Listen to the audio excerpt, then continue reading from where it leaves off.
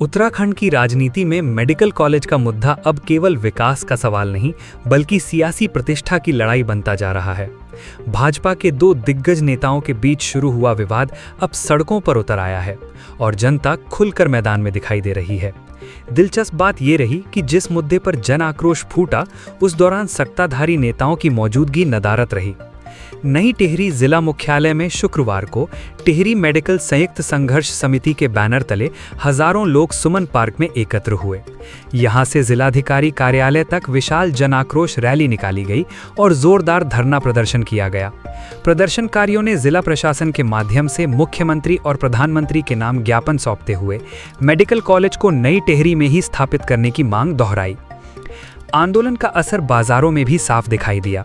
नई टिहरी, बोराड़ी और बीपुरम के व्यापारियों ने समर्थन में अपने प्रतिष्ठान बंद रखे, जिससे पूरे क्षेत्र में आंदोलन की गूंज सुनाई दी। दरअसल विवाद तब शुरू हुआ जब नरेंद्रनगर विधानसभा क्षेत्र के गजा स्थित पिपलिटी में मेडिकल कॉलेज स्थापित करने की बात सामने आई। प्रदेश के कैबिनेट मंत्री और नरेंद्रनगर विधायक सुबोध उनियाल ने इस स्थान के लिए भूमि चयन और डीपीआर भेजे जाने की जानकारी दी। इसके बाद टिहरी मेडिकल कॉलेज की लोकेशन को लेकर सियासत तेज हो गई। एक ओर टिहरी विधायक किशोर उपाध्याय नई टिहरी में मेडिकल कॉलेज की स्थापना की पैरवी कर रहे हैं, तो दूसरी ओर मंत्री सुबोध उनियाल गजा क्षेत्र में मेडिकल कॉलेज बनाए जाने के पक्ष में हैं। इसी मुद्दे ने अब राजनीतिक खींचतान का रूप ले लिया है। संघर्ष समिति ने साफ चेतावनी दी है कि यदि मेडिकल कॉलेज को नई टिहरी से कहीं और स्थानांतरित करने का प्रयास किया गया तो आंदोलन और अधिक उग्र होगा, जिसकी पूरी जिम्मेदारी सरकार और प्रशासन की होगी। अब सबसे बड़ा सवाल यही है, क्या मेडिकल कॉलेज का फैसला जनता की जरूरतों के आधार पर होगा या फिर ये सियासी ताकत की लड़ाई बनकर रह जाएगा?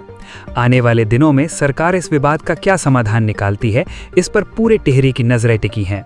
मुझे लगता है कि यहाँ पे मेडिकल कॉलेज तो बनना चाहिए, क्योंकि देखो टिहरी ने पहले ही अपनी कुर्बानी विस्थापित होकर यहाँ पे दी है और जो हमारा विस्थापन हमें क्या मिला उसके बदले में? कुछ नहीं मिला। आज अगर हम पलायन को रोकने की बात करें तो हम पलायन को ऐसे रोकेंगे कि टिहरी का मेडिकल कॉलेज जो टिहरी में बना था उसको आप नीचे मैदान की तरफ लेके जा रहे हैं। हम उस चीज़ के विरोध में नहीं कि आप कहीं और भी बना दीजिए, लेकिन मूलभूत सुविधा टिहरी के लिए मेडिकल कॉलेज बहुत ज़रूरी है। यहाँ पर युवाओं के लिए, शिक्षा के लिए और यहाँ पर रोजगार के लिए बहुत संभावनाएं हैं और हम सरकार से निवेदन करते हैं, यहाँ तक कि मैं हमारी जो सांसद है महारानी राज्य लक्ष्मी साहब, मैं उनसे विनम्र अनुरोध करना चाहती हूँ टिहरी की जनता की ओर से कि वो अब आए टिहरी और देखें यहाँ के लोगों की मांग क्या है। हमने उनको इसलिए नहीं चुना था कि कल के दिन टिहरी का मेडिकल कॉलेज लोग यहाँ से उठाकर कहीं और शिफ्ट करें। हम सरकार के इस खिलाफ नहीं हैं कि आप कहीं और बना रहे, लेकिन हम चाहते हैं कि हमारे शहर में भी एक मेडिकल कॉलेज बने ताकि यहाँ के रहने वाले लोगों के लिए आधारभूत सुविधाएं उपलब्ध हो सके।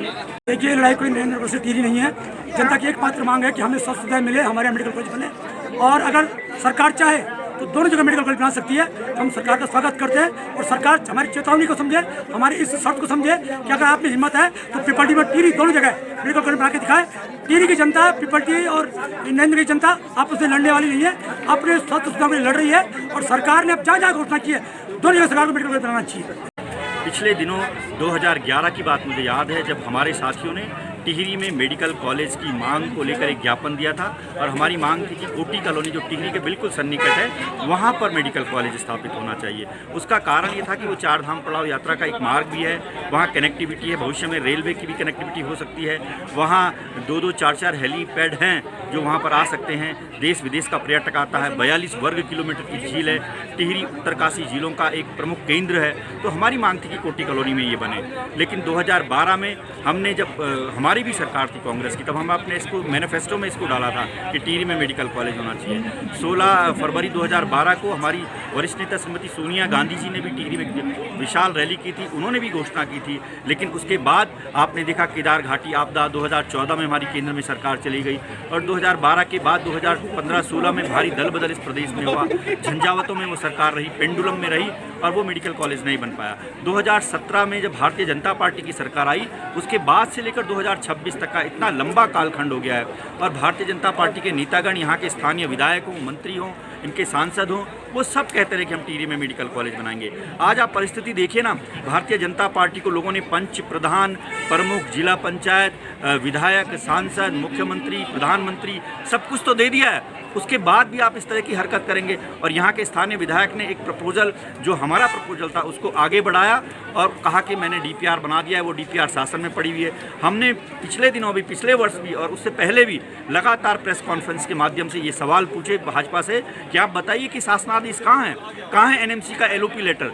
वो देने में बिल्कुल नाकाम रहे। वो तब हमको झुठलाते रहे कि हम झूठ बोल रहे हैं। आज जनता के सामने खुली किताब की तरह सामने आ गया, जब दोनों यहाँ के स्थानीय विधायक और स्वास्थ्य मंत्री जी आपस में लड़ाई कर रहे हैं। और जो प्रपोजल टिहरी के लिए था, उसको स्वास्थ्य मंत्री जी दूसरी तरफ ले जाना चाहते हैं, उसके लिए शासन में भी मीटिंग किए।